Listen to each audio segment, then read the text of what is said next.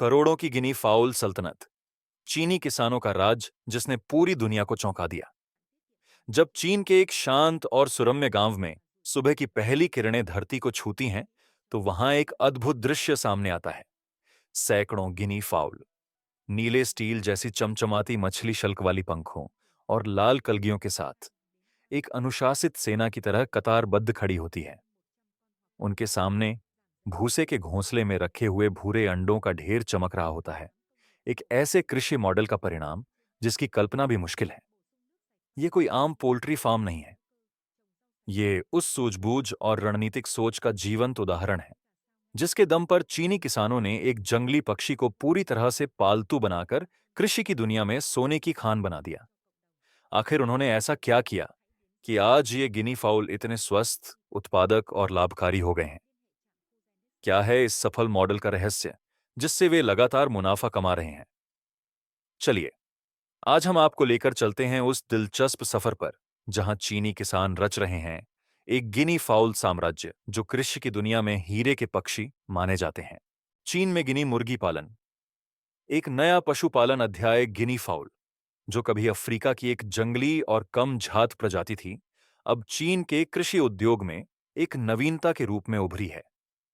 इस मुर्गी की अनूठी विशेषताएं, जैसे मजबूत रोग प्रतिरोधक क्षमता, पर्यावरण के साथ तेजी से अनुकूलनशीलता, न्यूनतम पालन लागत और तेजी से बढ़ती उपभोक्ता मांग, इसे चीन के ग्रामीण और उपनगरीय क्षेत्रों में पशुपालन का एक आशाजनक विकल्प बना रही हैं। गिनी फाउल मुख्यतः वसंत और गर्मियों में अंडे देते हैं, जब तापमान और प्रकाश की स्थिति प्रजनन के लिए अनुकूल होती है। एक स्वस्थ मुर्गी प्रजनन काल में औसतन 80 से 100 अंडे देती है। इन अंडों को प्राकृतिक रूप से सेने के बजाय एक मशीन में सेता जाता है।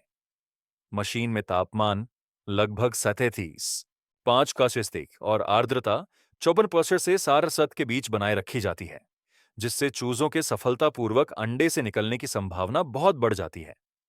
अंडों से चूजों के निकलने का औसत समय 26 से 28 दिन होता है। नवजात गिनी फाउल को कीट कहा जाता है और शुरुआत में ये बहुत नाजुक होते हैं। उन्हें विशेष तापमान 32 से 35 डिग्री, पर्याप्त प्रकाश और स्वच्छ वातावरण की आवश्यकता होती है। आधुनिक तापमान और आर्द्रता नियंत्रित इनक्यूबेटरों ने पारंपरिक ग्राउंड इनक्यूबेटरों के साथ उनकी जीवित रहने की दर को 90% से भी अधिक तक बढ़ा दिया है। यह किसी भी प्रजनक के लिए आर्थिक रूप से बेहद फायदेमंद साबित होता है, क्योंकि कम मृत्यु दर सीधे उच्च लाभ में परिवर्तित हो जाती है। 4 से 6 सप्ताह की आयु के बाद बाजों को हवादार और संरक्षित पिंजरों में स्थानांतरित कर दिया जाता है या खुले चरागाह में छोड़ दिया जाता है। पिंजरों में ऊंची बैठने की जगह और सुरक्षात्मक जाल होते हैं, जो वन्य जीवों से सुरक्षा सुनिश्चित करते हैं। दूसरी ओर, खेत में रहने से गिनी मुर्गी कीड़ों, बीजों और जंगली पौधों का चारा ढूंढ पाती है, जिससे उनके स्वास्थ्य और मांस की गुणवत्ता में सुधार होता है। गिनी मुर्गी सर्वाहारी होती है, लेकिन उनका प्राकृतिक आहार मुख्य रूप से कीड़ों, घास के बीजों और छोटे पौधों पर आधारित होता है। हालांकि व्यावसायिक खेती में संतुलित आहार के लिए मक्का, बाजरा और ज्वार जैसे अनाज भी उपलब्ध कराए जाते हैं। ये अनाज न केवल ऊर्जा प्रदान करते हैं, बल्कि मांस की गुणवत्ता और अंडों के पोषण मूल्य में भी सुधार करते हैं। गिनी मुर्गी सामान्य मुर्गियों की तुलना में रोगों के प्रति बहुत कम संवेदनशील होती है। इनकी प्राकृतिक प्रतिरक्षा प्रणाली बहुत मजबूत होती है, जिससे दवाइयों का खर्च लगभग 25% से 30% तक कम हो जाता है। इसके अलावा यह पक्षी छोटी और भीड़भाड़ वाली जगहों पर भी अपेक्षाकृत स्वस्थ रहता है, जिससे छोटे किसान इसे सफलतापूर्वक पाल सकते हैं। तीतर का मांस सफेद, कोमल और बहुत पौष्टिक होता है। तीतर के मांस में लगभग 25% प्रोटीन और केवल 3-5% वसा होती है, जो इसे स्वास्थ्य के प्रति जागरूक उपभोक्ताओं के लिए आदर्श बनाता है। तीतर का स्वाद भी साधारण मुर्गे से थोड़ा अलग और स्वादिष्ट माना जाता है, खासकर महंगे रेस्टोरेंट में।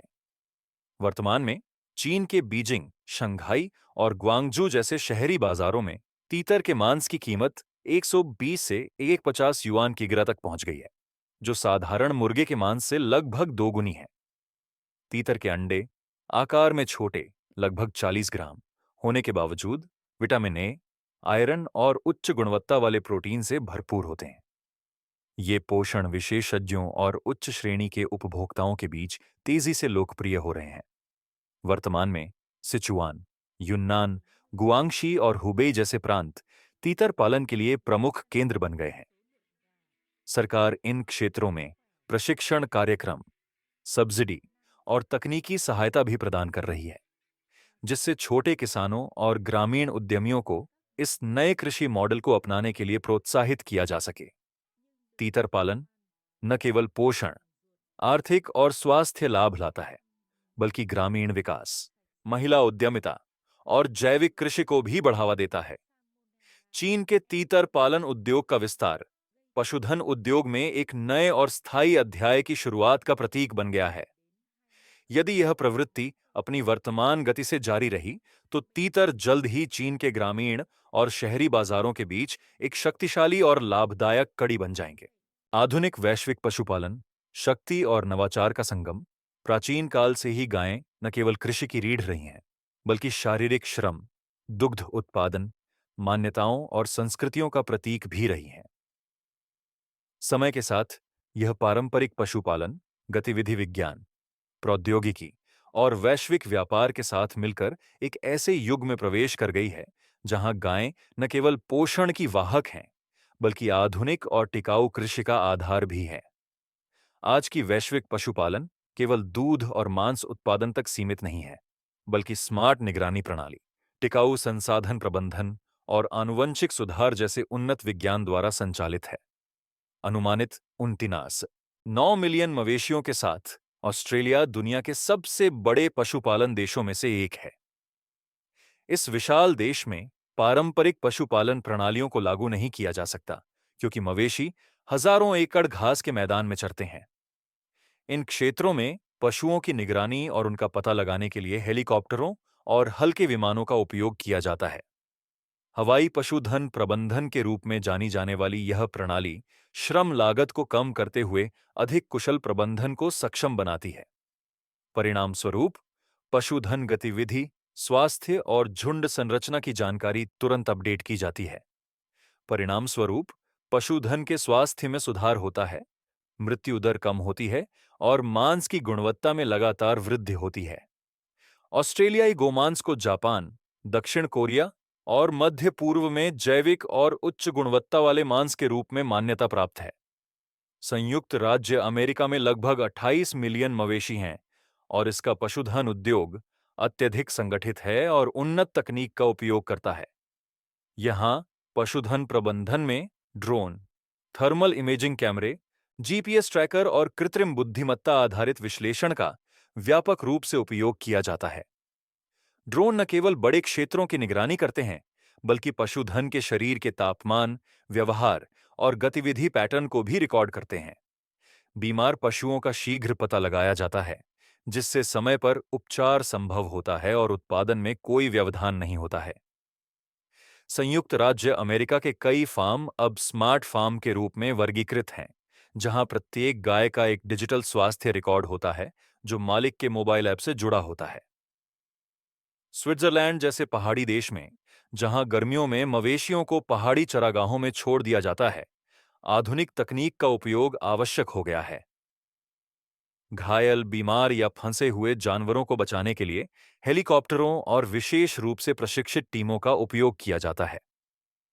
यह तकनीकी हस्तक्षेप न केवल आर्थिक दृष्टिकोण से, बल्कि मानवीय दृष्टिकोण से भी महत्वपूर्ण है। पशु कल्याण न केवल एक नीति है, बल्कि संस्कृति का भी एक हिस्सा है।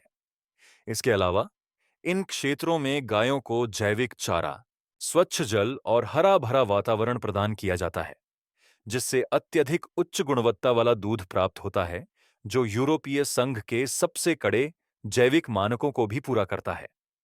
कजाकिस्तान, उज्बेकिस्तान और किर्गिजस्तान जैसे देश, जो पारंपरिक रूप से खानाबदोश पशुपालन पर निर्भर रहे हैं, अब तेजी से आधुनिक खेती की ओर बढ़ रहे हैं। पिछले 2 दशकों में इन देशों में मवेशियों की संख्या में 60% से अधिक की वृद्धि हुई है, और यह वृद्धि न केवल मात्रा में, बल्कि गुणवत्ता में भी हुई है। इन देशों ने कृत्रिम गर्भाधान, उन्नत प्रजनन और स्मार्ट टैगिंग जैसे उपाय अपनाए हैं, जिससे नई नस्लों की गायें प्रतिदिन 16 से 18 लीटर तक दूध दे सकती हैं।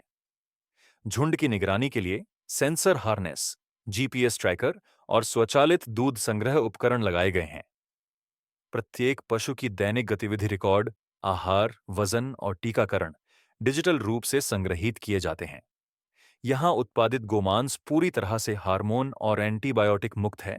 यही वजह है कि चीन, रूस और पश्चिम एशिया के बाजारों में इसकी मांग तेजी से बढ़ रही है।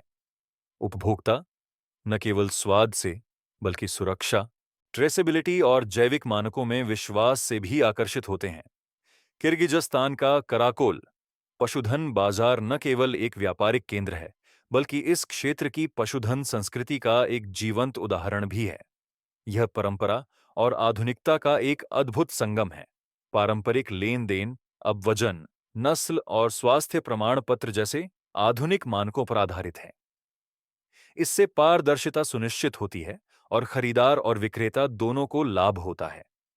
वैश्विक पशुधन पालन अब एक ऐसे युग में प्रवेश कर चुका है जहां परंपरा और नवाचार एक दूसरे के पूरक हैं।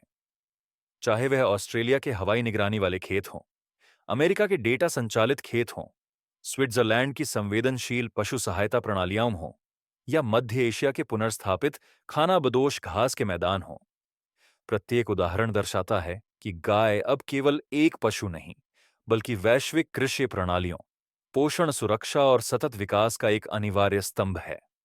आज के युग में, जब जलवायु परिवर्तन, जनसंख्या वृद्धि और खाद्य सुरक्षा जैसे वैश्विक मुद्दे मानवता के लिए चुनौती बन रहे हैं, आधुनिक पशुधन पालन में शक्ति, करुणा और विज्ञान के संतुलन के माध्यम से इन समस्याओं का समाधान प्रदान करने की क्षमता है।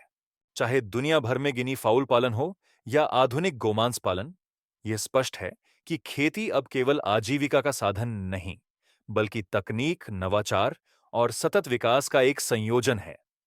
जहां चीन जैसे देश ग्रामीण अर्थव्यवस्था में गिनी फाउल पालन को नई ऊंचाइयों पर ले जा रहे हैं, वहीं संयुक्त राज्य अमेरिका, ऑस्ट्रेलिया और मध्य एशिया जैसे क्षेत्र अत्याधुनिक तकनीकों के माध्यम से पारंपरिक खेती को नया रूप दे रहे हैं। अंततः यह यात्रा हमें एक ही दिशा में ले जाती है, स्मार्ट, सुरक्षित और लाभदायक खेती की ओर।